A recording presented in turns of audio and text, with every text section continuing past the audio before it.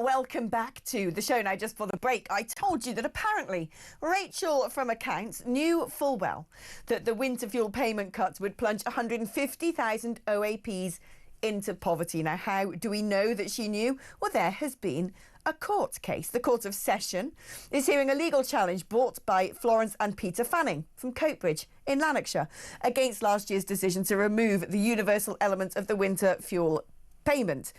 They're being represented by former Nationalist MP Joanna Cherry KC. Now, Ms Cherry told the court the UK government's failure to carry out an equality impact assessment into the decision to cut the benefit rendered it unlawful, i.e., if we put this in place, what is the suffering likely to be? Which surely a government should do. She said her clients are elderly pensioners and have disabilities. Like most pensioners, they live on a fixed income and struggle to afford to heat their home in the winter. They're exactly the sort of people the winter fuel payment was designed to help. Now, she asked the court to consider whether UK and Scottish governments had failed to exercise their duty to carry out an equality impact assessment. Well, turns out, apparently, that the UK government knew it would cause significant excess winter deaths and jeopardise the health of vulnerable pensioners. Let's speak now to Chris Snowdon, Head of Lifestyle Economics at the Institute of Economic Affairs. Now, when we talk about things like universal welfare payments, Chris, a lot of people are minded to think, well, everything probably should be means tested. Yes, there are lots of pensioners who desperately rely on the winter fuel payment, but there are also people rattling around with massive mansion houses who give their, kids and their grandkids trust funds who probably could still pay their heating bill. But what is surprising here is the government have just sort of stripped it all back, apparently without doing the checks and balances, but were well aware that it would mean that, a vast number of pensioners could have a very chilly winter.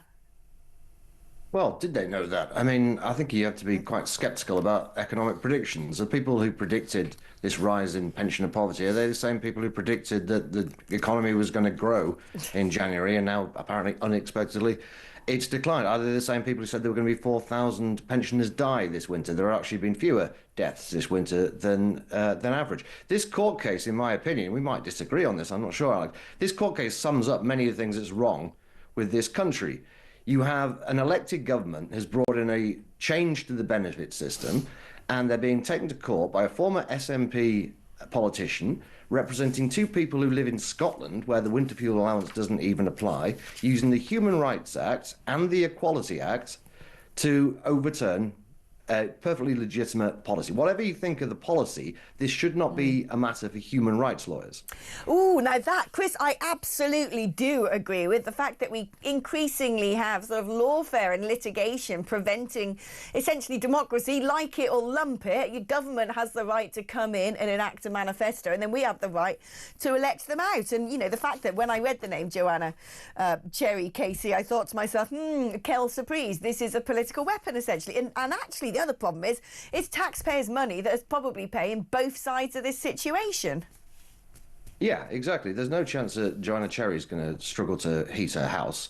Human rights lawyers do very well out of this country. Everything seems to go to some sort of judicial review or some kind of appeal, and it's just wrong. We have lawyers running everything. As you've said on the show many times before, we have these ridiculous cases of illegal immigrants, convicted criminals not being able to be deported because of endless court cases, and you have endless asylum applications and reapplications. This is happening across the board. It's happening with all sorts of planning decisions, and it's even happening, as we've seen, with this, which is a very straightforward policy change. The winter fuel allowance only came in about 10 years ago. This particular change is only affecting the somewhat wealthier pensioners, and the pensioners themselves are the wealthiest generation in history. Personally, I'm in favour of dropping the winter fuel allowance. You have to remember that the triple lock pension led to pensions rising by £900 in the same year that some pensioners lost £200 or £300 from the winter fuel allowance. We can't do anything about the triple lock for political reasons. Basically, there's lots of pensioners out there and they tend to vote in disproportionate numbers. But if we can't do anything about the triple lock, we should certainly be doing something about these extra perks. Now, talking about welfare payments, Rachel Reeves is apparently facing cabinet backlash over welfare reform. She's either going to need to increase taxes or cut public spending to fill the ever-growing, perhaps mythical, perhaps not, black hole. But we really do need to do something about the welfare system. It's gobbling up so much of the budget's bill, isn't it? But it's not really in Labour's DNA.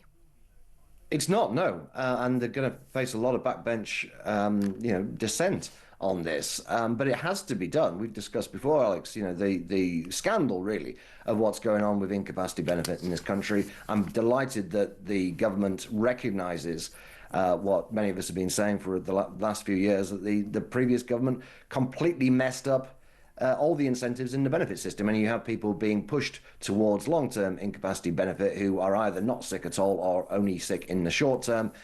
It's basically much more financially rewarding to do that rather than claim job seekers allowance. It would be a massive improvement if we just go back to the previous system, which wasn't perfect, but the system of 5 or 6 years ago was significantly better than what we've got now. We've got a ridiculous number of people off sick with various different complaints, some of them real, some of them imaginary. And yeah, absolutely, the benefit system needs fixing probably as urgently as anything in this country right now. But you have to remember that pensions are also part of that benefit system, and a very large part of it.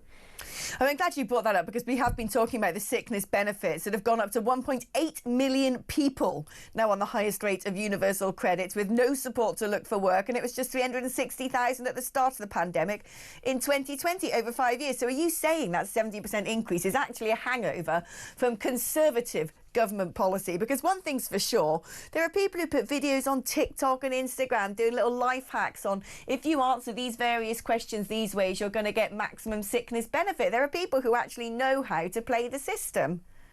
Yeah, and this system has been in place for several years now, and the longer it goes on, the more word gets around of what you need to do and what you need to say in order to claim long-term sickness. And it's a combination of people fiddling the system and perverse incentives created by the government. And you can't really blame people, really, if you allow this pathway to getting more benefits, and it makes more sense to be on benefits than to work. Obviously, people are going to respond to that. Yeah, it's in human nature. Actually, if someone said to me, here you go, have a wedge of cash and don't bother going to work, stay at home, I'd be tempted to say thank you. That's much better. Although I do love working here, just saying. Thank you ever so much. It's always great catching up with you, Christopher Snowdon.